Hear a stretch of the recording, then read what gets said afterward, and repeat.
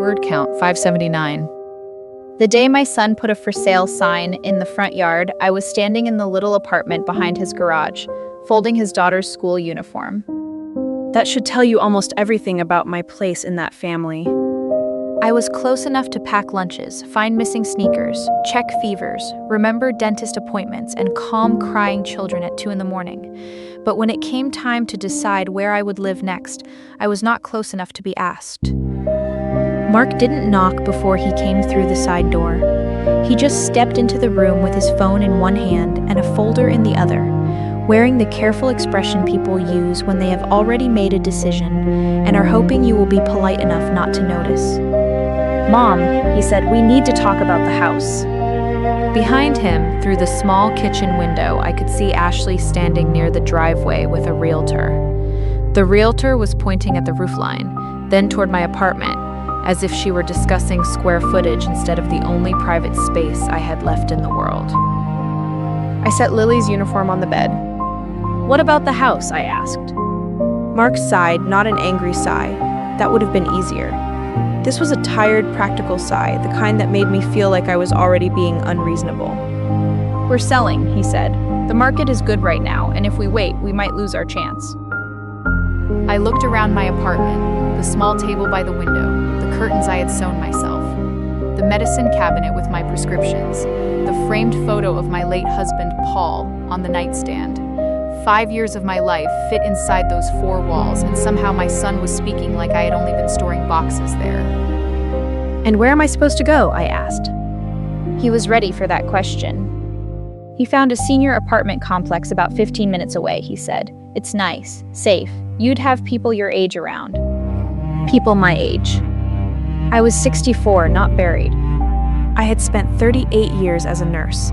I had worked double shifts, held dying hands, raised a son, buried a husband, sold my own condo, and used nearly every dollar of Paul's life insurance money to help build that garage apartment because Mark had looked me in the eye and said, "It'll be your place too, Mom. You'll always have a home with us." Now that home was being described as a feature for buyers. A flexible bonus space. That was the phrase the realtor used when she finally walked in, smiling too brightly. Ashley stood behind her and said, "It really could be perfect for guests, or maybe a home office." Guests. A home office. Not Diane's apartment. Not Mom's place. Not the room built with the check I wrote after my husband died. Just space. I wanted to say all of that. I wanted to remind them who paid the contractor when they were short, who watched their children so they could build their careers, who gave up her own quiet little condo because family was supposed to mean something. But Lily and Noah were due home from school in 20 minutes.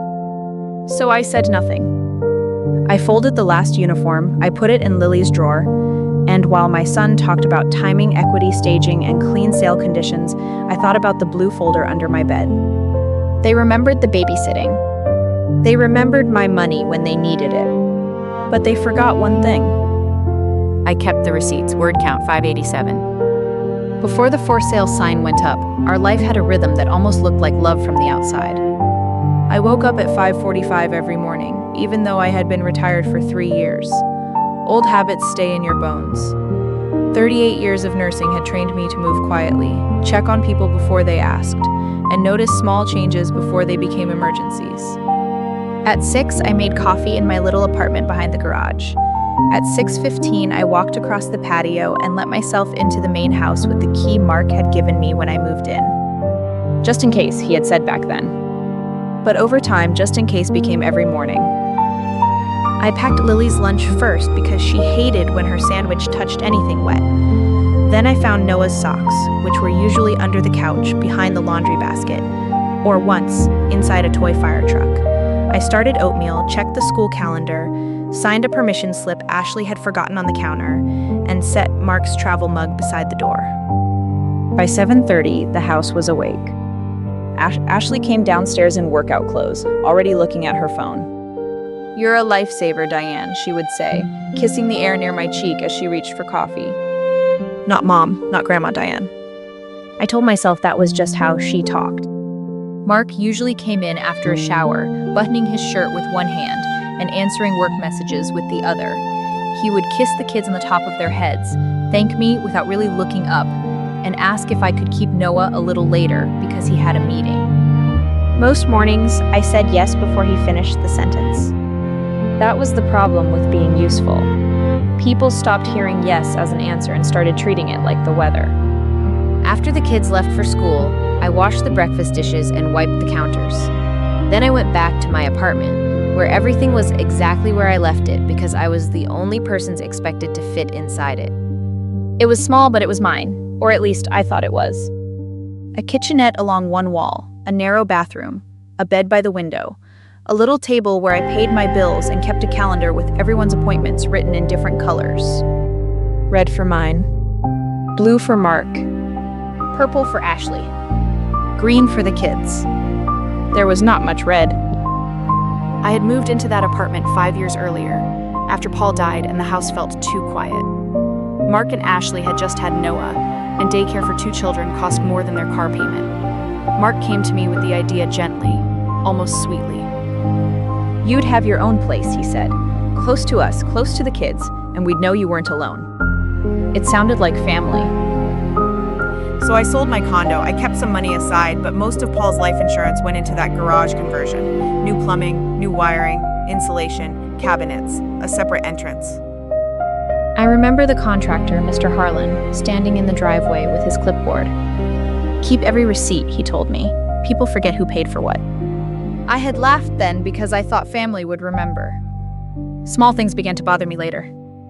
Ashley started calling it the back unit when friends came over. Mark once told a neighbor, we converted the garage so Mom could stay close, as if it had been his gift to me. A realtor's postcard appeared on the kitchen counter one Thursday. Then another. Then I heard Ashley say, if we sell before summer, we can still get into the better school district. When I walked in, she stopped talking. Mark smiled too fast and asked if I could pick up Lily from piano that afternoon. And I said yes.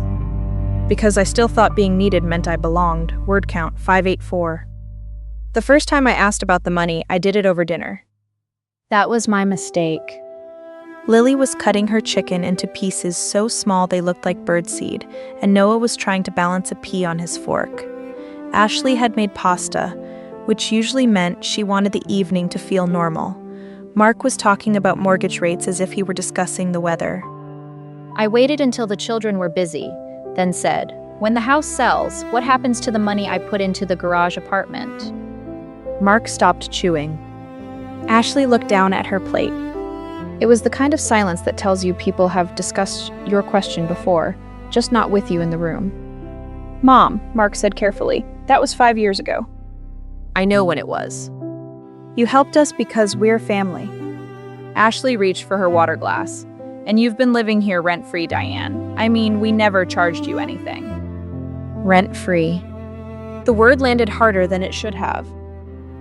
I looked at the table, the meal I had helped prep, the children I picked up from school, the calendar on the fridge with my handwriting all over it, the permission slip I had signed that morning because Ashley forgot, the dentist appointment I had rescheduled twice because Mark had meetings.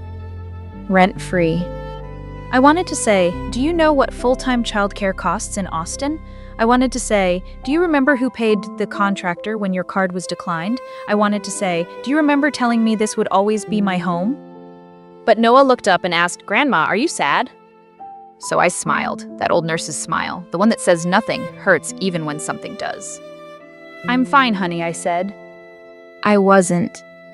That night, I sat in my apartment with the television off and let the word repeat in my head until it connected to other things as I had tried not to count. 3 years earlier, Mark borrowed $3,000 after his truck transmission failed. He said he would pay me back after his bonus. The bonus came. The money did not. 2 summers ago, Ashley told her sister I loved helping with the kids, while I stood in the kitchen canceling a lunch with my friend Rosa because Ashley had booked a spa appointment and forgotten to ask me. Last Christmas, Mark gave me a framed photo of the children and said, "This is better than anything we could buy." I had smiled because I loved the picture. But that same week, I had paid for Lily's winter coat and Noah's asthma inhaler because Mark said things were tight. None of those moments had felt big enough to fight over by themselves. That was how it worked. A small favor became a habit became an expectation became something they believed they owned. The next morning, Ashley texted me a link to the senior apartment complex. It had cheerful photos, a courtyard, a game room, a woman with silver hair holding a mug and laughing at something nobody could see. Under the link, Ashley wrote, "Can you let us know by Friday? We need to keep the sale timeline clean." Clean. As if I were clutter. I put the phone face down on the table and looked around my little apartment, the curtains I had sewn, the pills lined up by the sink, Paul's photograph on the nightstand. Then I got down on my knees, reached under the bed, and pulled out the blue folder I had not opened in years. I did not know yet what I could prove. But I knew one thing. This was not one misunderstanding. This was the pattern finally showing its shape. Word count, 589. The blue folder was not dramatic. There was no secret deed, no forgotten will, no single piece of paper that magically fixed everything. It was just a cheap plastic folder from an office supply store, the kind with a snap that never closed right. But inside it was the part of my life Mark had started treating like a misunderstanding. I spread everything across my little table after the house went quiet. Copies of cashier's checks, bank statements from the month after Paul died, the first estimate from Mr. Harlan, the contractor, a printed email from Mark with the subject line, Mom's apartment project. I read that subject line 3 times. Not garage conversion. Not bonus space. Mom's apartment project. There were photos too. Me standing in the driveway beside stacks of lumber, Noah as a baby in Ashley's arms, Mark smiling with his hand on my shoulder while Mr. Harlan pointed at the framing. I remembered that day clearly. Mark had said, "This is going to make life easier for all of us." At the time, I thought all of us included me. The next morning, I did not confront anyone. That would have given Mark a chance to turn my hurt into an argument. Instead, I made copies. Then I drove to the city permitting office. The woman behind the counter had kind eyes and reading glasses on a chain. I told her I needed records for a residential garage conversion from 5 years earlier. She asked for the address, typed for a while, and printed out the permit history. It was listed as an accessory dwelling conversion. Not storage. Not a hobby room. A dwelling. The word did not give me ownership by itself, I knew that, but it told me I had not imagined the purpose of that space. After that, I found Mr. Harlan. He was retired by then, living 30 minutes outside town in a brick ranch house with wind chimes on the porch. He remembered me before I finished explaining. "You were the nurse," he said, "paid on time, asked better questions than your son." That almost made me laugh. Almost. I showed him the invoice copies. He nodded slowly and said, "You paid most of this. I can write that down if you need me to." I did need him to. 2 days later, I sat across from a lawyer named Ben Calder in an office above a dry cleaner. Nothing about him looked expensive, which was why I chose him. He read through my papers without interrupting. When he finished, he folded his hands. "Mrs. Walker," he said, "I'm not going to tell you this means you own the house. You don't, unless your name is on the deed. But these records may support a claim for reimbursement, or at least give you leverage for mediation. The important thing is this. Don't threaten, don't move out tomorrow, don't sign anything. And from now on, keep everything in writing." So I went home and built a timeline. The date I sold my condo. The date I transferred the money. The date the permit was approved. The date the final inspection passed. The years I watched the children every weekday without pay. I did not include that last part because I wanted to charge them for loving my grandchildren. I included it because the truth needed its full shape. Then I wrote Mark an email. I told him I was not trying to stop the sale. I told him I needed 90 days to find a safe place to live. I told him I expected a fair discussion about the money I had contributed to the apartment. And I told him I would no longer provide full-time childcare while being asked to disappear from the home I helped build. He called 3 minutes later. I let it ring. Then I texted one sentence. "Please put your response in writing." For the first time in 5 years, I did not explain myself more than that. Word count 580. Mediation did not look the way people imagine justice looks. There was no judge, no dramatic speech, no moment where Mark broke down and admitted everything. We sat in a small conference room with a scratched wooden table, a pitcher of water, and a clock that ticked too loudly on the wall. Mark sat across from me with Ashley beside him. He looked angry, but tired too, like the version of himself he had been defending was starting to cost more than he expected. Ben Calder sat next to me with a folder of copies, not the originals. I had learned that much. The mediator was a calm woman with silver hair and a voice that made every sentence sound practical. She did not ask who loved whom more. She asked dates, amounts, signatures, timelines, and what each person wanted to resolve before the house could sell. That helped me. Feelings had always been easy for Mark to dismiss. Paper was harder. I did not ask for the house. I did not ask for half the sale. I did not ask to punish anyone. I asked for 3 things. 90 days to find a safe place to live. Repayment of a fair portion of the money I had put into the garage apartment. And an agreement in writing that I would no longer be treated as automatic childcare whenever their schedule became inconvenient. Ashley looked away when that last part was read out loud. Mark said, "So now I have to schedule time with my own mother." I looked at him and said, "No, you have to ask." That was the first time I heard my own voice and believed it.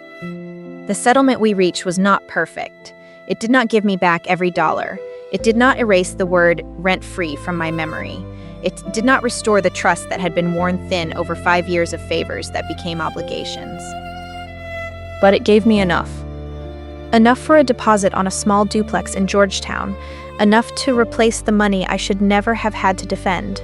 Enough to move without feeling like I had been thrown out with the old furniture. The house sale continued, just slower.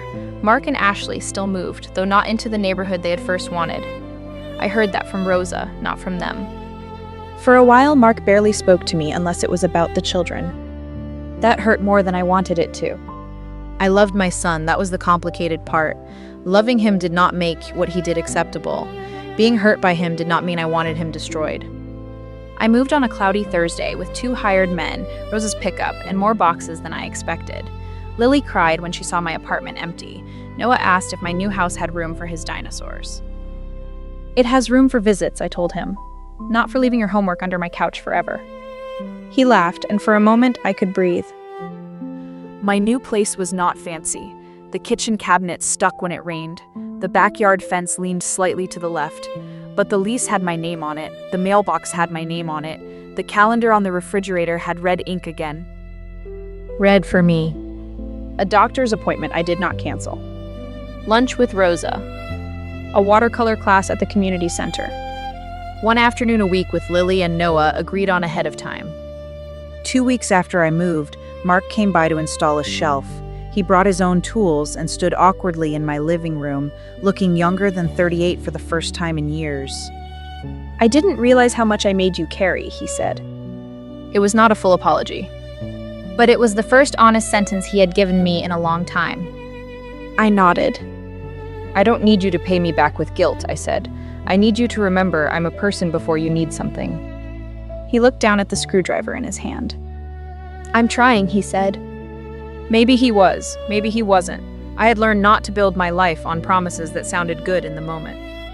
That evening after he left, I sat on my small back porch with a cup of tea and listened to the wind move through the dry grass. For years, I thought being needed meant being loved. Now I know better. Sometimes love needs a door. Sometimes it needs a lock. And sometimes the kindest thing you can say to your family is, "I'm still here, but I no longer belong to anyone but myself."